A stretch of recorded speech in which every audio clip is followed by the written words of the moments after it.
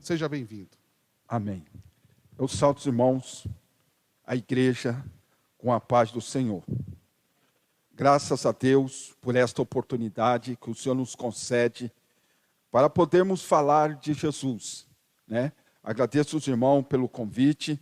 Estou muito feliz, né, por esta oportunidade da gente poder estar falando da palavra, das maravilhas do Senhor Jesus. O Senhor colocou no meu coração essa palavra, que nos dias atuais a gente vem vendo tantas situações, e Deus começou a falar comigo da necessidade da igreja atual, e também da necessidade da igreja lá no comecinho, na época de Jesus.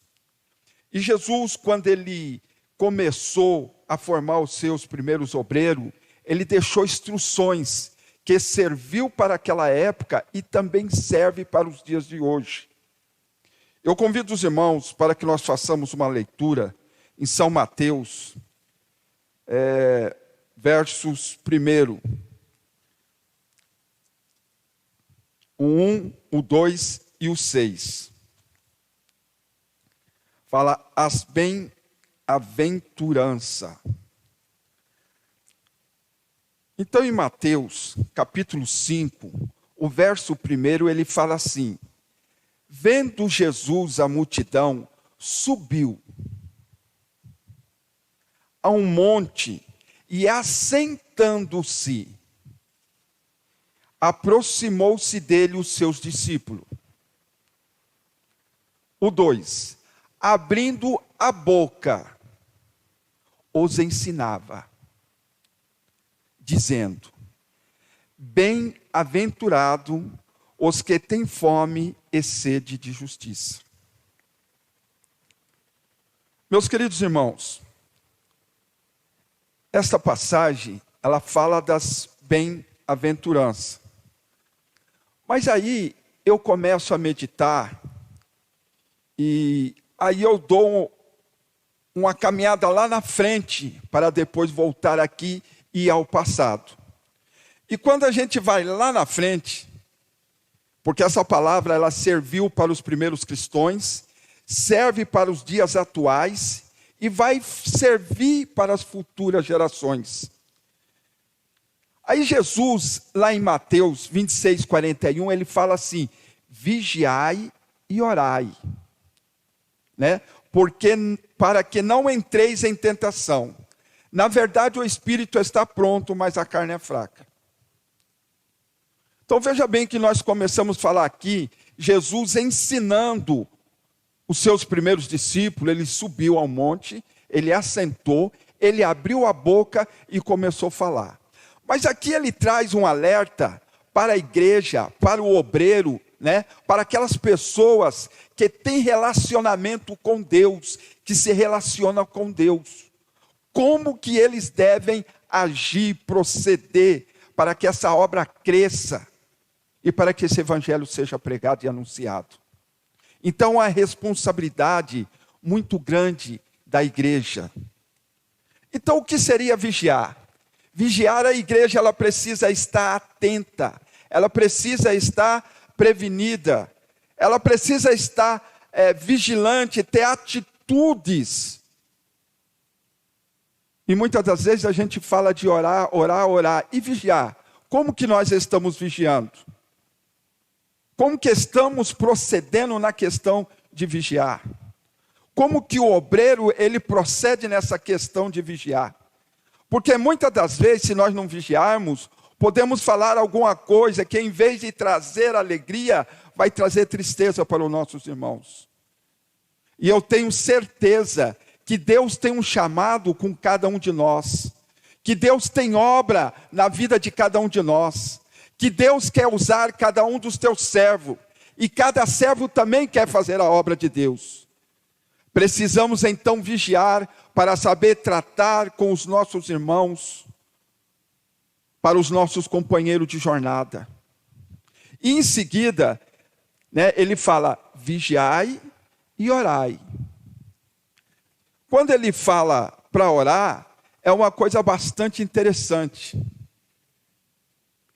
Interessante porque eu volto lá atrás, nos anos 70, a disposição, né, que a igreja tinha para se orar. As pessoas, num templo igual esse, 2, 3 pessoas orando, parecia que tinha 100 pessoas. Não é que eles gritavam, não, é porque eles oravam. Né? E orar, o que é orar? Orar é eu tirar um momento para que eu tenha relacionamento, para que eu possa falar com Deus. Né? Então eu vou ativar uma ligação entre o ser humano e Deus, e eu vou expor numa conversa com Deus, né? Eu vou trazer a Deus todas as causas da nossa vida, da vida da igreja, da vida dos necessitados, daqueles que estão precisando de algo da parte de Deus. Mas hoje em dia a gente percebe que a oração, de uma certa maneira, ficou para um segundo plano. E nós estamos vivendo um momento que precisamos vigiar e também orar. Porque só através dessas coisas, né, vigiando e orando e jejuando, nós vamos conseguir ter um relacionamento com Deus. E tendo relacionamento com Deus, vamos conseguir nos manter firme nesta caminhada, nessa jornada. Então precisa vigiar, mas precisa orar também. Mas precisa também jejuar. E o obreiro, né, os homens que são separados para estar fazendo esta obra, ele tem que ter no coração dele o desejo, né, de vigiar, de orar, de jejuar e de fazer essa obra, de levar esta palavra, né, anunciar esta palavra para que esse evangelho vá adiante. Aí eu pego a oração, né? Oração é o ato que a gente tem de fazer uma ligação, tirar um momento onde a nossa alma, ela anseia, né, de falar com Deus, de sentir a presença de Deus, de sentir algo de Deus. Então isso é oração. Mas aí vamos dividir essa palavra, oração. Se você tirar o O, vai ficar ração. Então o obreiro, ele precisa ter alimento, para que ele distribua de forma racional para a igreja, para as pessoas que precisam ouvir a palavra de Deus. Então, quem ora e tem relacionamento, ele vai ter um alimento para distribuir de forma racional para as pessoas, na igreja, no seu serviço, no seu deslocamento. Se você aí ainda tirar o R, fica ação. Então o obreiro, ele tem que estar disposto para agir, para fazer a obra de Deus. Ele tem que ter essa disposição. E se você tirar o A, fica ação. Então ele tem que ter força, ele tem que ter disposição. E Jesus, ele deu várias vezes exemplo de vigiar e orar. Então vê aqui que em Mateus 5, ele vai falar das bem-aventuranças. Mas aí eu fui lá na frente e trouxe algo que fala de vigiar e orar. Então a igreja, o obreiro, cada pessoa dentro da igreja, ele precisa ter dentro de si o desejo e a necessidade de se relacionar com Deus. Se relacionar através de vigilância, de oração, de jejum, leitura da palavra de Deus. Nos dias em que estamos vivendo, dias difíceis, só através dessas coisas poderemos vencer. Aí eu volto lá atrás novamente, né? Então vê que aqui falamos de oração, que manda vigiar e orar. Mas aí eu volto em Mateus capítulo 4, né? Se formos acompanhar aqui o livro de Mateus, fala da genealogia, fala da visita dos magos, da fuga do Egito, a volta para o Egito, aí fala de João Batista, testemunho de João, batismo de Jesus. E logo após o batismo de Jesus, ele foi levado ao Espírito para ser... Ele foi levado aleluia, glória a Deus, ao Espírito para o deserto. E lá o diabo veio tentá-lo. Aí veja bem, o primeiro momento o diabo aparece falando para ele porque ele sentiu fome depois de 40 dias e 40 noites ali buscando, orando, jejuando. Aí o diabo fala para ele assim, ó, se tu és o filho de Deus, manda que essas pedras se transformem em pães. Então neste mundo passaremos por tentações, por dificuldades. Mas olha o exemplo que Jesus nos deixou. Ele respondeu dessa maneira, está escrito, está escrito. O obreiro precisa ter conhecimento da palavra de Deus. Jesus, ele era conhecedor, e ele falou, está escrito. Mateus 4:3, está escrito, nem só de pão vive o homem, mas de toda palavra. De toda palavra. Está escrito, nem só de pão, mas de toda palavra. Então o obreiro, ele precisa, vigiar, ele precisa orar, e ele precisa ter conhecimento da palavra de Deus, para que ele possa distribuir o pão diário para a igreja, para a ovelha, para as pessoas, no seu serviço, no seu caminho, para que ele tenha algo da parte de Deus.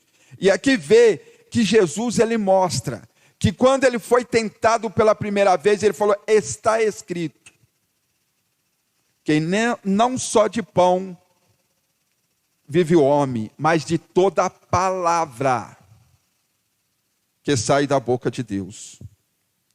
Mas o diabo não desistiu não. Na nossa caminhada, na nossa jornada, vai ter sempre dificuldade, vai ter sempre luta, mas a vitória é nossa, a vitória é grande, porque quem está conosco é poderoso para nos ajudar e nos conceder a vitória. E aí o diabo novamente levou a cidade santa e colocou ele num lugar alto, no pináculo do templo, na beirada, lá nas alturas, e fala para ele, se você é o filho de Deus, lança-te daqui para baixo. E Jesus novamente falou, está escrito, aos seus anjos dará ordem a teu respeito, e eles te tomarão nas mãos para que não tropece em alguma pedra. Você está vendo? Jesus aqui ele está dando um exemplo, ele está usando a palavra. Então o cristão, a igreja, ela precisa estar alicerçada na palavra, ela precisa ter conhecimento dessa palavra. Porque só através do conhecimento da palavra, da oração, do jejum, de uma vida com Deus, de uma vida de santidade, podemos, vamos vencer as tentações, as ciladas, as dificuldades. E Jesus, mais uma vez, ele dá um exemplo, está escrito. Mas o diabo ainda não desistiu não, Ele está querendo sempre, Jesus fala para ele, está escrito, não tentarás o Senhor teu Deus. Mas o diabo não desiste, ele vem de novo, levou ele num monte muito alto, mostrou-lhe todos os reinos do mundo, o seu esplendor, e diz, eu vou te dar tudo isso, se prostrares me adorar. E Jesus respondeu para ele, vai Satanás, porque está escrito, ao Senhor teu Deus adorarás e só a Ele servirás.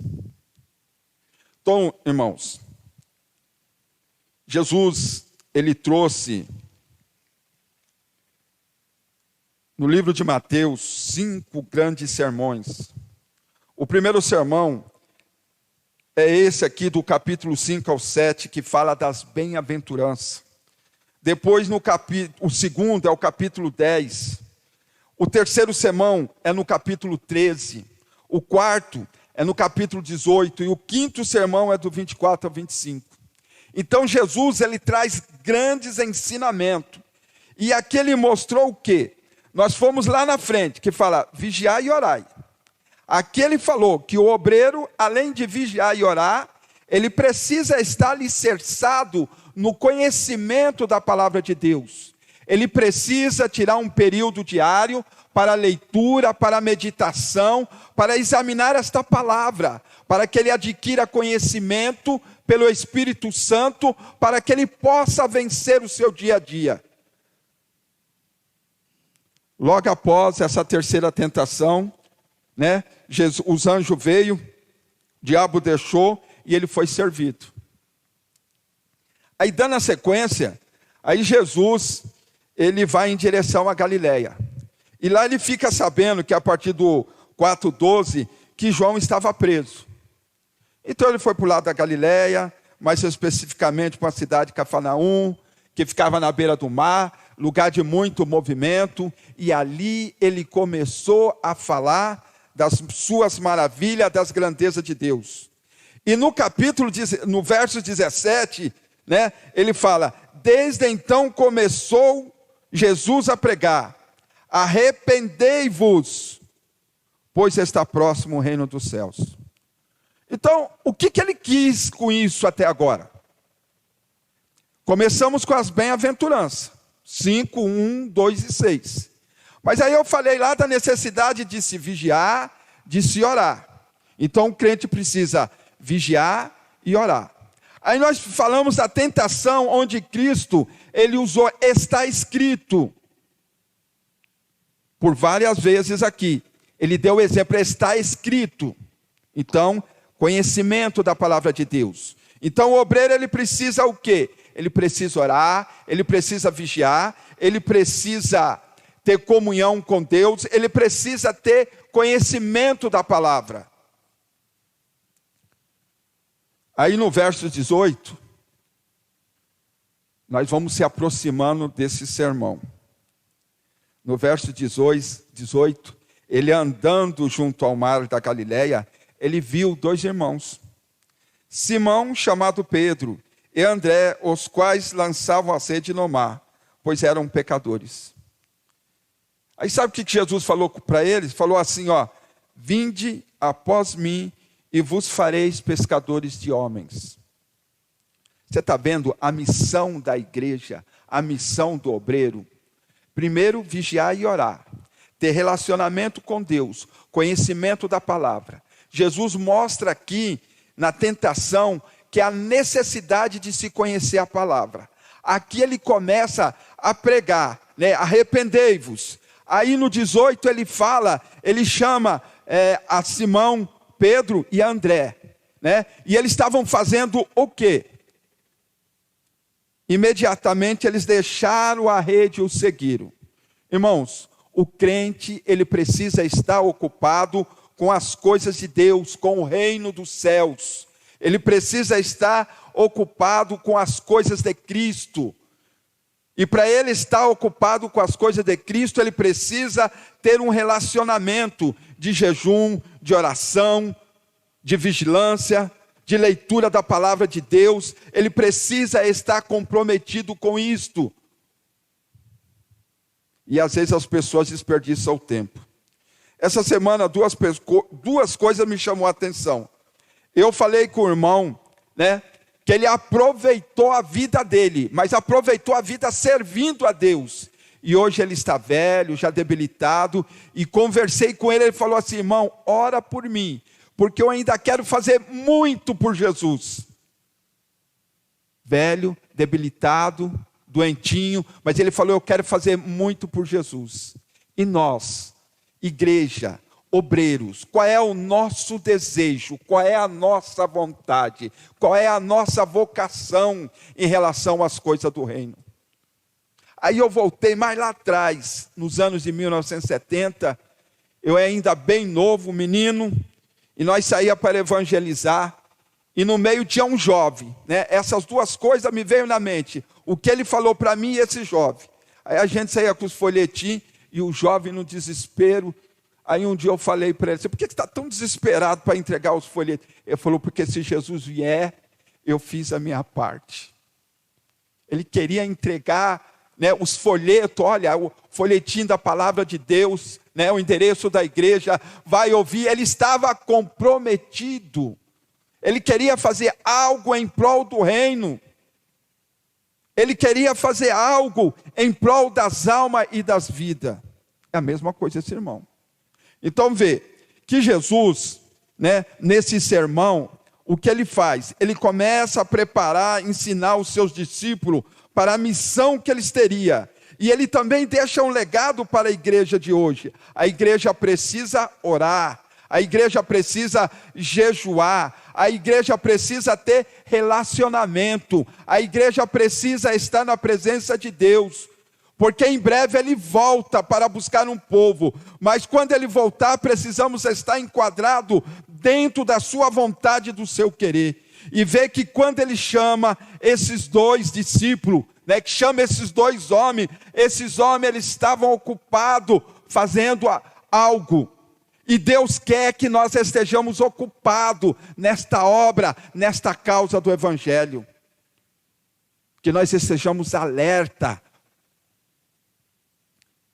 Aí mais adiante, ele caminhando, aí ele vê mais outros dois irmãos, Tiago, filho de Zebedeu, e João, seu irmão. Estavam num barco em companhia de seu pai Zebedeu, consertando rede. Jesus o chamou. E ele deixando, o barco, o seu pai imediatamente o seguiram. Então veja, Jesus, ele chamou pessoas que estavam ocupadas, pessoas que estavam fazendo algo. O Senhor, ele poderia chamar pessoas capacitadas, doutores, mas ele chamou a igreja e nos capacitou para que levemos esta palavra. Então Deus, ele tem capacitado a sua igreja, tem capacitado o seu povo, tem capacitado os seus obreiros, para que leve esta palavra adiante para outros. Mas muitas das vezes o homem meio que se desanima, e lá em João 14 ele fala assim: não se turbe o vosso coração, credes em Deus, credes também em mim.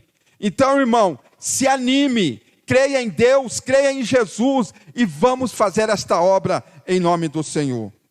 Então vê, que nós fomos lá em vigiar e orar, voltamos lá atrás na tentação e nas primeiras chamadas. E quando Jesus fala aqui, vinde após mim, ele quer o quê? Que a gente se submeta ao seu ensino, que a gente tenha comunhão, que a gente possa imitar os seus caminhos e não deixar nada nos atrapalhar. Então veja bem, a leitura foi, aleluia Jesus. Jesus vendo a multidão, ele subiu a um monte, e assentando-se, aproximou dele os seus discípulos, e abrindo a boca os ensinava. Então veja bem, fui lá na frente, vigiar e orar. O crente precisa vigiar, ele precisa orar, ele precisa ter comunhão, ele precisa conhecer a palavra, ele precisa estar com intimidade com Cristo, com a obra, com o Evangelho, para que Deus o possa usá-lo, porque senão não vai adiantar. Então vê que precisamos estar aptos, prontos para fazer a sua vontade. Aí entramos aqui agora, vendo Jesus a multidão, subiu. Opa! Depois que ele foi tentado, chamou os primeiros discípulos, ele realizou cura, curou os enfermos, aí ele chegou a um local, vendo Jesus a multidão, ele subiu. Aí para analisar, ele subiu a um monte, Jesus subiu.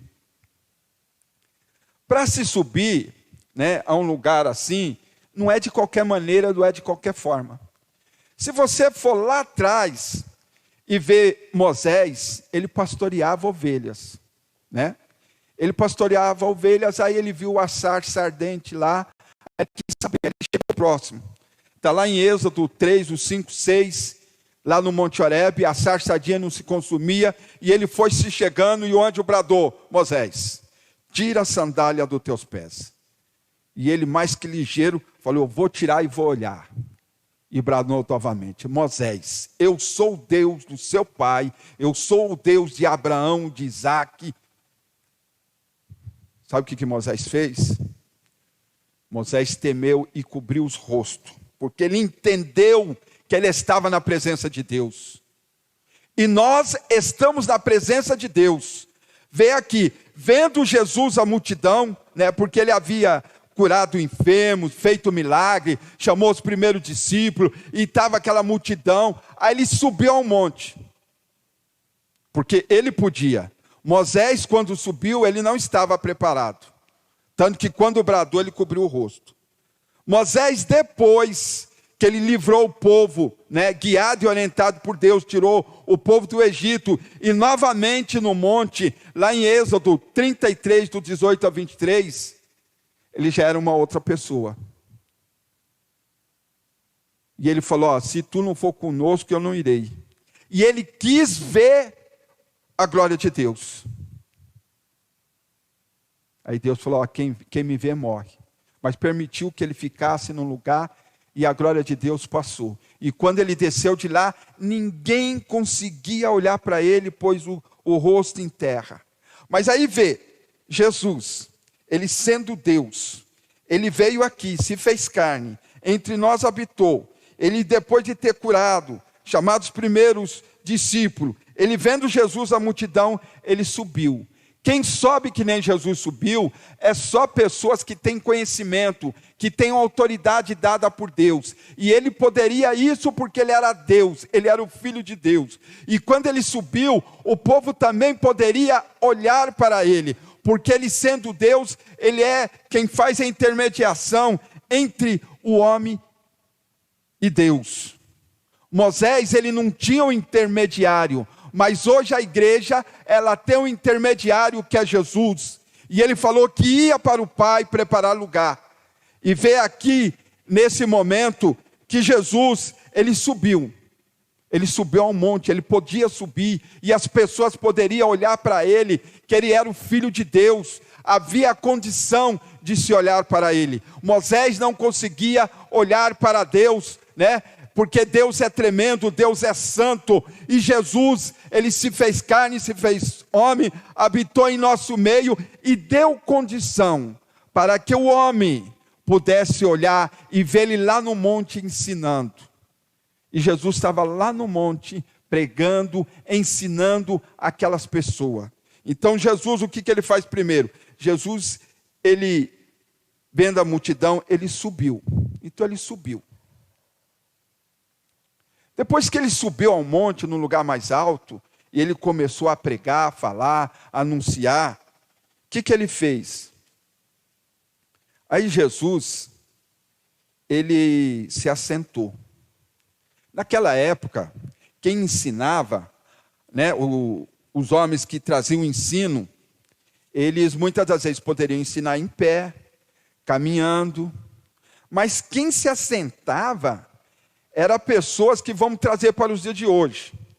Se você for fazer uma faculdade boa nos dias de hoje, o que acontece? O professor, ele precisa ser mestre ou ele precisa ser doutor, né? Porque o MEC vai avaliar, vai falar, bom, essa faculdade aqui, os professores são mestres, são doutores, pós-doutorado. Então, naquela época, quem subia ao monte e assentava, eram homens, né, que era professor profissional, era doutores, era conhecedores profundos. Então veja aqui Jesus, ele subiu, né? Porque ele é Deus, ele poderia subir. Moisés não poderia subir porque ele não estava preparado, ele não tinha condições de ver Deus. Mas Jesus subiu ao monte.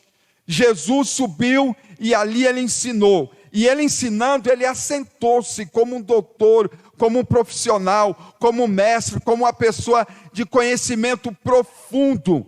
E aí ele começa a ensinar os seus discípulos, ensinar aqueles primeiros cristãos da época. E esta palavra, ela também fala conosco, que Jesus subiu. Então ele manda o quê? Que vivamos uma vida santa, uma vida de oração, uma vida de jejum, uma vida de vigilância, que vivamos numa vida de comunhão com Deus e relacionamento com Deus, porque para subir, precisa ter relacionamento. Jesus subiu porque ele era o Filho de Deus, ele podia subir. Moisés não tinha condições de subir, precisou tampar o rosto, mas Jesus subiu. Moisés não poderia ver Deus, mas Jesus subiu porque ele pode, ele está ao lado de Deus. Aleluia, Jesus, glória a Deus. Então, para nós cristãos de hoje, né, essa palavra nos chama a atenção para a necessidade de vivermos uma vida santa, uma vida de comunhão, uma vida na presença de Deus, uma vida de oração, de jejum, de oração. Aleluia, oh glória a Deus, louvado seja o nome do Senhor. E aí aqui, a gente começa a ver Jesus fazer a diferença. Moisés, ele não podia subir, né? Ele não estava em condições, mas Jesus tinha condições. Jesus subiu e falou com aquela multidão, falou com aquele povo, começou a ensinar como um doutor, como um profissional, porque quando ele se assenta, não era qualquer um da lei que fazia isso, precisava conhecer muito, e Jesus conhece, por isso ele subiu e assentou e falou com aquele povo. Aleluia, em oração, falamos de ração, de alimento diário, né? Então ali ele começou a fornecer o alimento diário, o alimento necessário para a sobrevivência, uma sobrevivência espiritual, uma sobrevivência para os dias daquela época, também para os dias de hoje. Aí no 5:2, fala, e abrindo a boca, os ensinava dizendo. Então Jesus chega ali, ele sobe, porque ele podia. Aí ele assenta, né? Ele se senta, porque ele era mestre, ele era doutor, ele a conhecia, né? E depois dele fazer isso,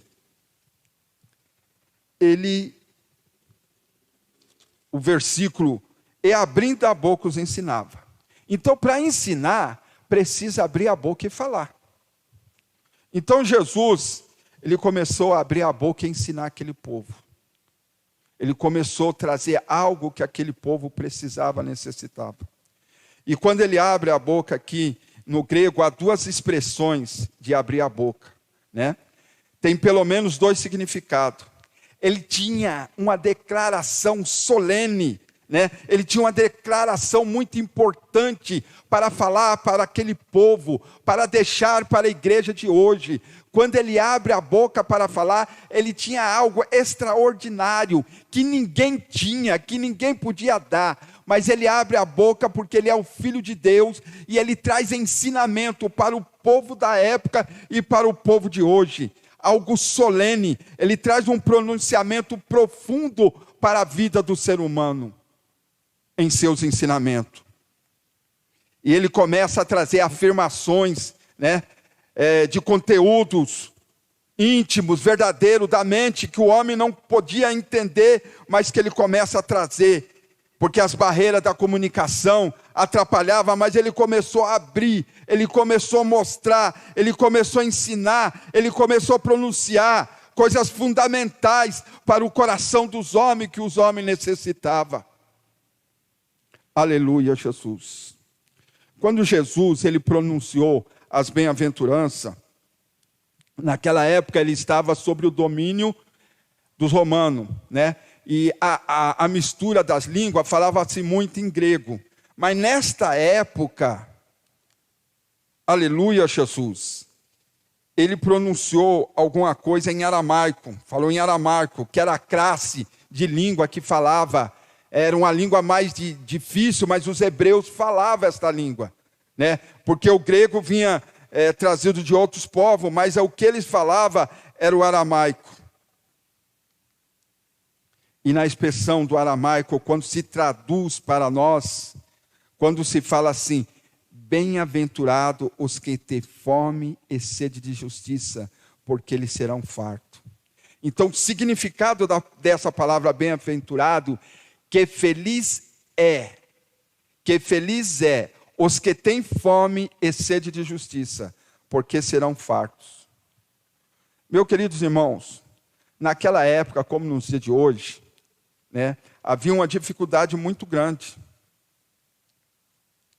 vamos dizer assim, se a gente for pesquisar, o salário de um operário daquela época era 8 centavos de dólar. Era o salário do dia. Então, o dólar hoje ele já está em 5 e pouco. Agora, já pensou, 8 centavos do dólar é o que eles ganhavam.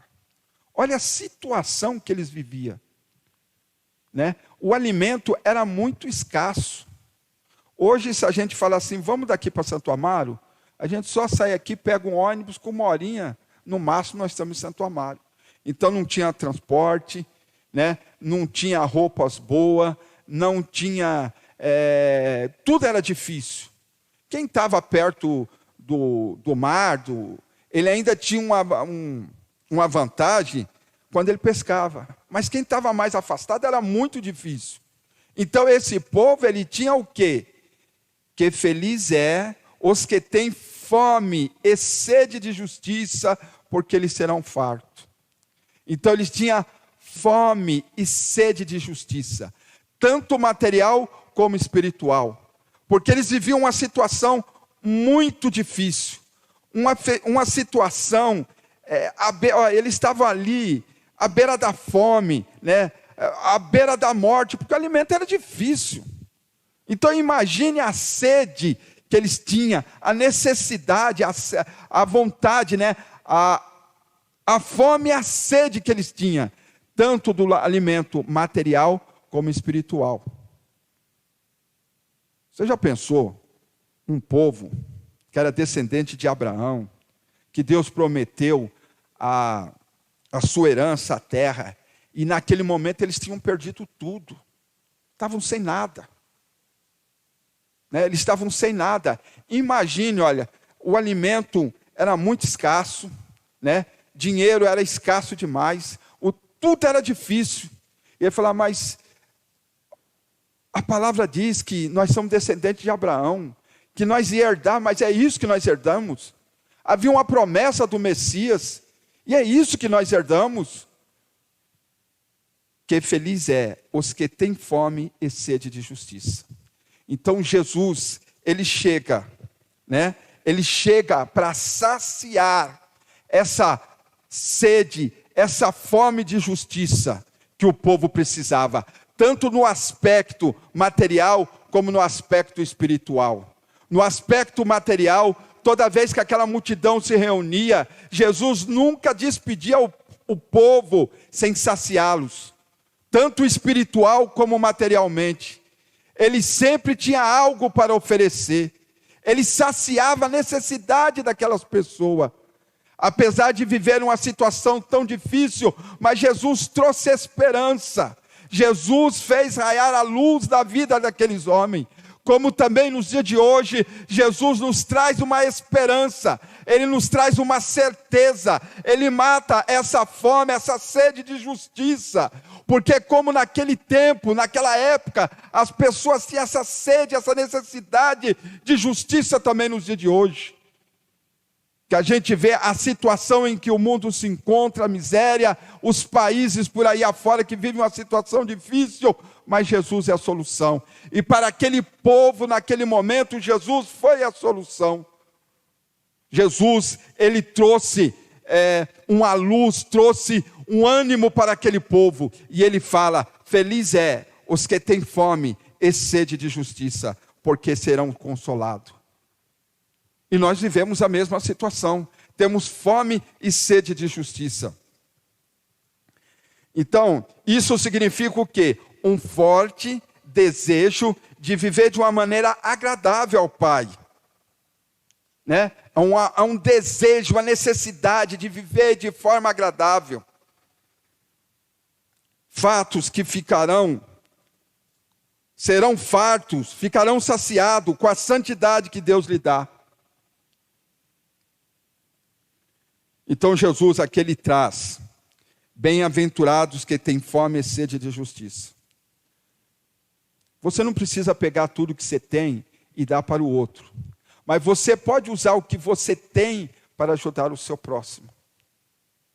A igreja precisa pegar o que ela tem e ajudar o seu próximo.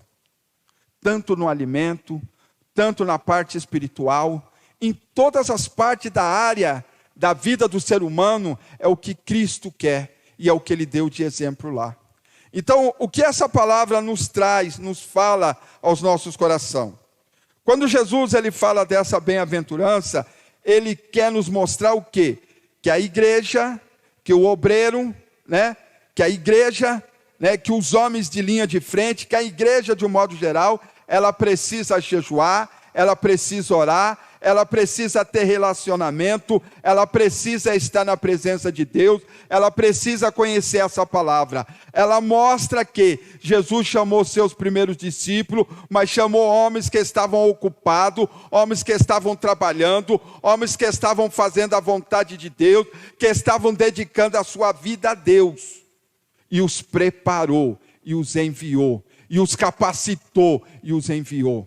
Então Deus tem capacitado a sua igreja, o seu povo, para que leve essa palavra, para que anuncie essa palavra, que leve adiante esse evangelho.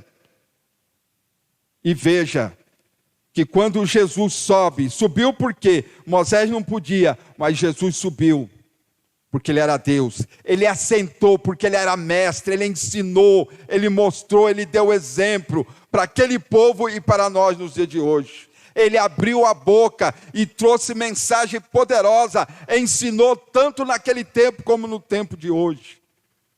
E depois ele termina, né? Dizendo assim, bem-aventurados que têm fome e sede de justiça. E nós temos fome e sede de justiça, né? Porque no mundo em que vivemos, quantas pessoas necessitadas e carentes, e nós podemos fazer a diferença, né? Podemos levar o alimento espiritual, mostrar Jesus para ele, porque ele também tem a sede, a necessidade espiritual. E a igreja, o papel da igreja é levar esse evangelho, anunciar a essas pessoas, matar esta fome, essa sede de justiça, tanto material como espiritual. Aleluia, Jesus. Louvado seja o nome do Senhor. Irmãos, eu quero dizer para os irmãos que precisamos o quê? De relacionamento, né? De ter um relacionamento forte com Deus para podermos vencer. Apocalipse 7, ele fala que Deus enxugará dos vossos olhos todas as lágrimas. Então os irmãos veem que Jesus ele trouxe grandes ensinamentos, grandes palavras para o nosso crescimento. Ele só quer de nós o quê?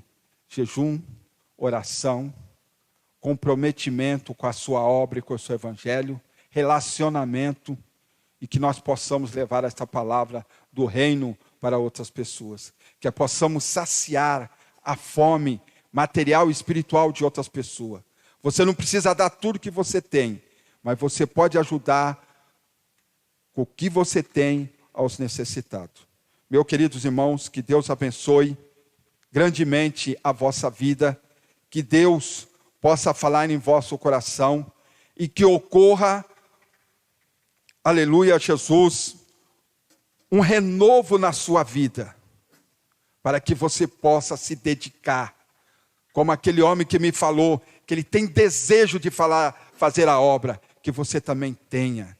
Como aquele jovem que queria distribuir folheto, que ocorra esse renovo.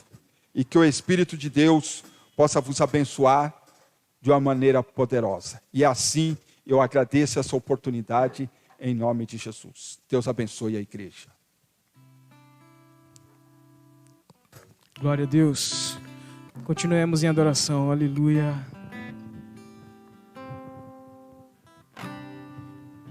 Sei que os problemas vão surgir, sei que provações virão, mas põe a tua fé no intercessor, que é Jesus, e as barreiras tu irás conter, pois não há barreiras para aquele revestido do poder que vem de Deus, destruindo todo mal e dor. As mais altas barreiras tu irás transpor, pois não há barreiras para aquele revestido do poder. É intransponível esse amor que Jesus tem pelos seus, dando livramento em plena luta, em plena dor. Jesus é o nosso grande intercessor, pois não há barreiras para aquele revestido do poder que vem de Deus, destruindo todo mal e dor. As mais altas barreiras tu irás transpor, pois não há não, não há não, do poder que vem de Deus, destruindo todo mal e dor. As mais altas barreiras tu irás transpor, as mais altas barreiras, as mais altas barreiras, as mais altas barreiras tu irás transpor. Glória a Deus.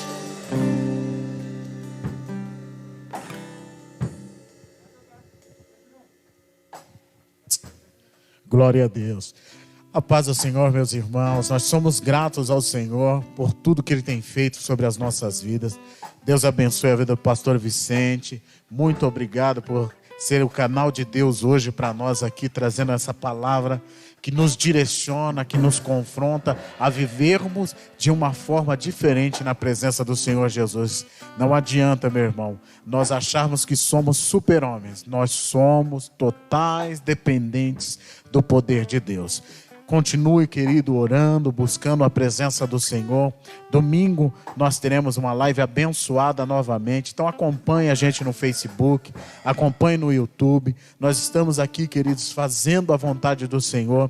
Que Deus continue, queridos, abençoando e estendendo a sua mão poderosa para que nós possamos vencer através das misericórdias do Senhor. Nós vamos orar nesse momento, querido, e eu convido você, minha irmã, meu irmão, para você fechar os seus olhos aí onde você estiver, para que o Senhor continue cobrindo-nos com a sua infinita misericórdia. Deus Pai poderoso, nós te agradecemos, ó Senhor, por esse momento na tua presença. Que o Senhor continue com as suas mãos poderosas, ó Pai eterno, guardando, livrando, repreendendo todo o espírito maligno que vem, ó Pai, com setas de enfermidade sobre a tua igreja. Nos fortaleça, ó Pai, nos blinde diante da tua presença, Pai eterno, conduzindo, ó Deus, a tua igreja a vencer. Senhor Jesus amado, nos direciona, ó Pai, através da tua palavra, para que possamos assim, ó Deus eterno, fazer a tua vontade, o teu querer. Vai guardando, ó Pai, aqueles que fazem parte do grupo de risco, vai livrando os teus filhos e filhas que estão, ó Pai, saindo para trabalhar, vai guardando aqueles que estão, ó Pai, em seus lares, em quarentena, ó Pai, em isolamento, vai repreendendo, ó Pai, agora nós te pedimos no nome de Jesus, Pai eterno. Que o amor de Deus, que a graça do Senhor e Salvador Jesus Cristo, que a comunhão e a consolação do Espírito Santo seja com todos, e todos digam amém. Há barreiras para aquele revestido do poder que vem de Deus, destruindo todo mal e dor. As mais altas barreiras tu irás transpor, pois não há barreiras para aquele revestido do poder que me vem